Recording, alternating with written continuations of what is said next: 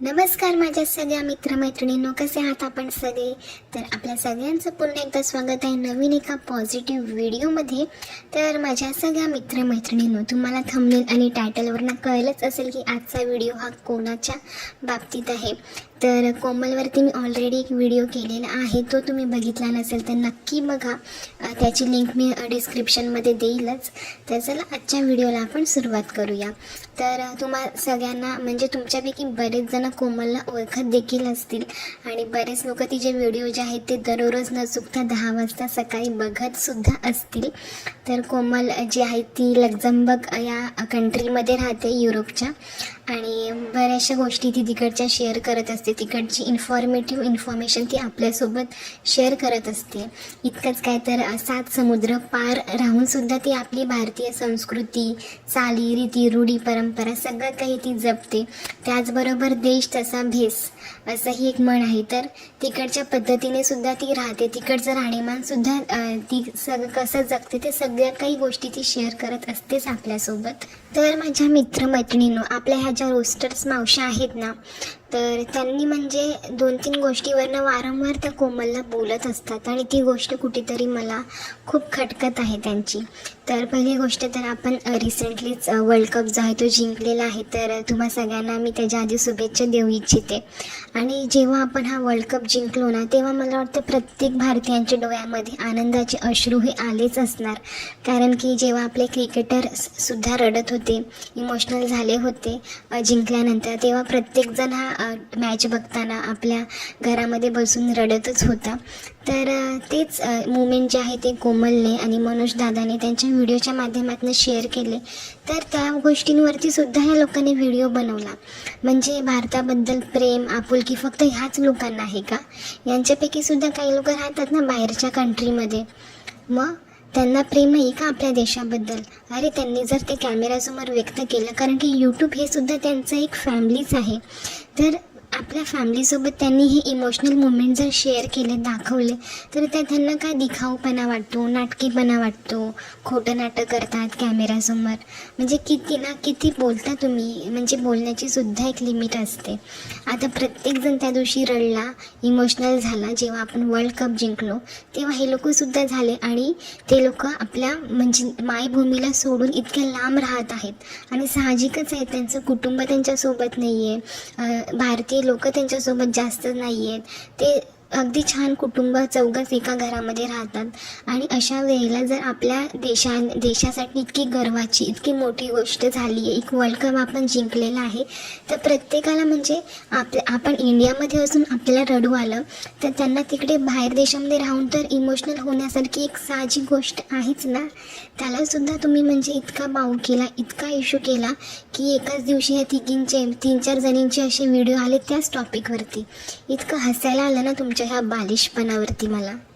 आणि दुसऱ्या गोष्टीवरनं तिला वारंवार बोललं जातं की ती एक चांगली आई नाही आहे, तिचं लक्ष मुलींकडे नसतं, मुलींचे केस व्यवस्थित बांधलेले नसतात, तिने मुलींचे केस वाढलेले आहेत, मुली ज्या आहेत तिच्यासोबत एवढ्या अटॅच नाही आहेत. जेव्हा ती बाहेर जाते तेव्हा मुली खूप खुश असतात आणि जेव्हा तिचे वडील जातात, म्हणजे मनोज दादा जेव्हा बाहेर जातात तेव्हा मुली इमोशनल होतात आणि जेव्हा कोमल घरात नसते तेव्हा मुली एकदम आनंदी राहतात.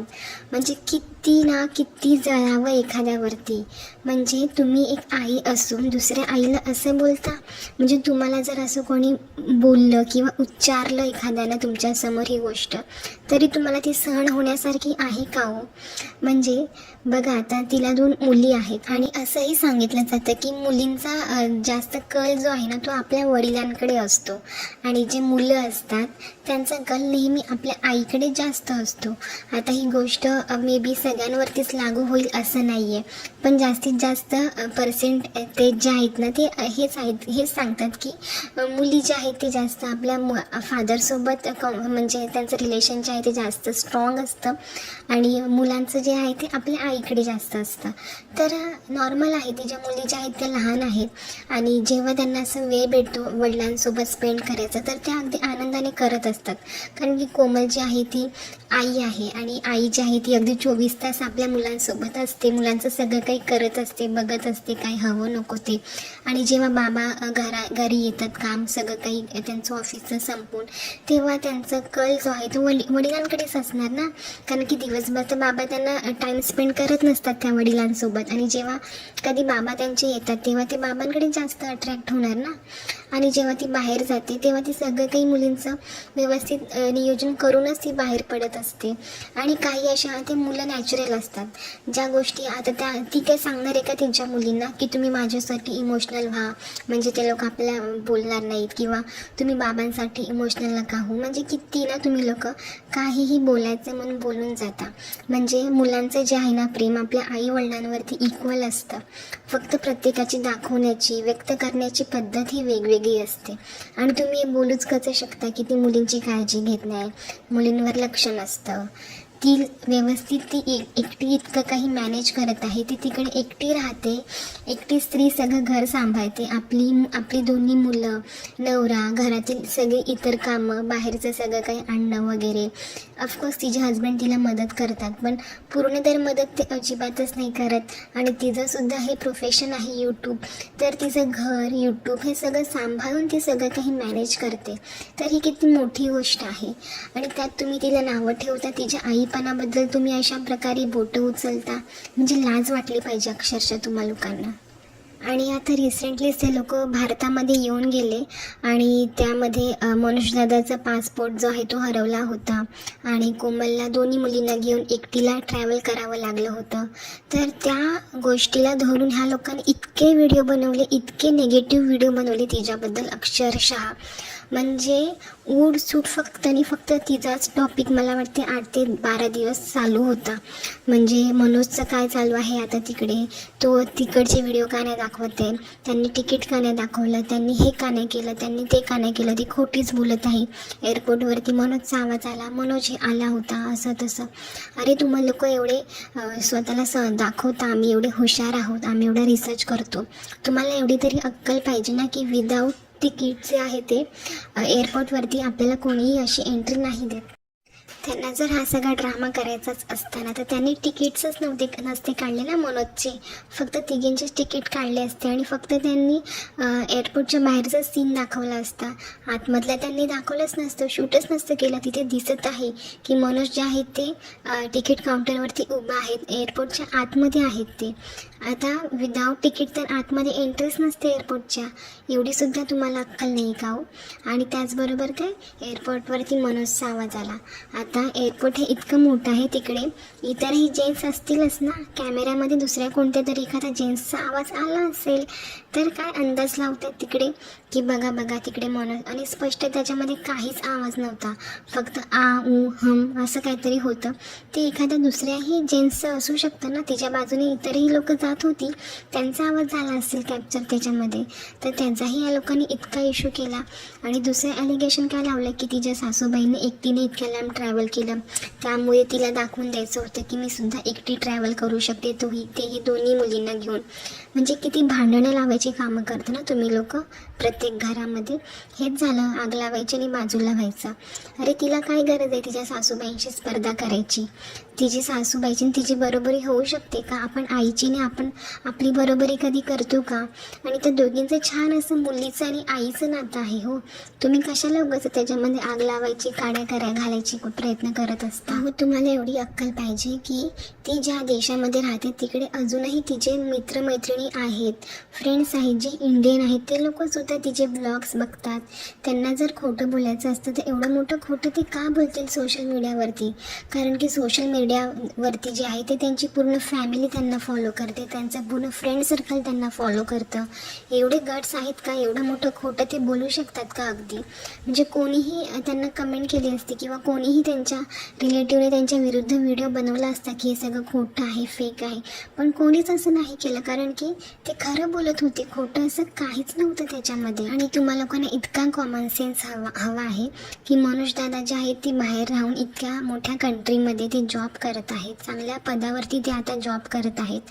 आणि इतक्या पदावर, मोठ्या पदावर असणारा व्यक्ती ह्या सगळ्या गोष्टी जर त्याने अशा काही खोट्या केल्या असत्या आणि त्या त्याच्या कंपनीपासून लपून राहणार आहेत का हो? कंपनीला जर त्या कळल्या असत्या तर त्यांना काही ना काहीतरी म्हणजे पनिशमेंट म्हणा किंवा जॉबवरनं काही ना काहीतरी त्यांना नुकसान भरपाई द्यावीच लागली असती ना, किंवा अजून काहीतरी भयंकर झालं असतं. इतकं जर खोटं त्यांना मोठं बोलायचंच असतं तर, म्हणजे हे सगळं जर त्यांनी खोटं केलं असतं तर ते लपून राहिलं नसतं त्यांच्या कंपनीपासून आणि कंपनीने त्याच्यावरती ॲक्शन ही घेतलीच असती.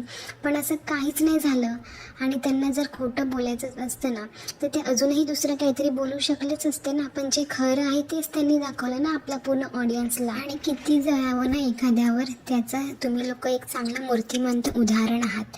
आता कोमल जी आहे ती बाहेरच्या कंट्रीमध्ये फिरायला वगैरे जाते, छान छान फोटोशूट करते.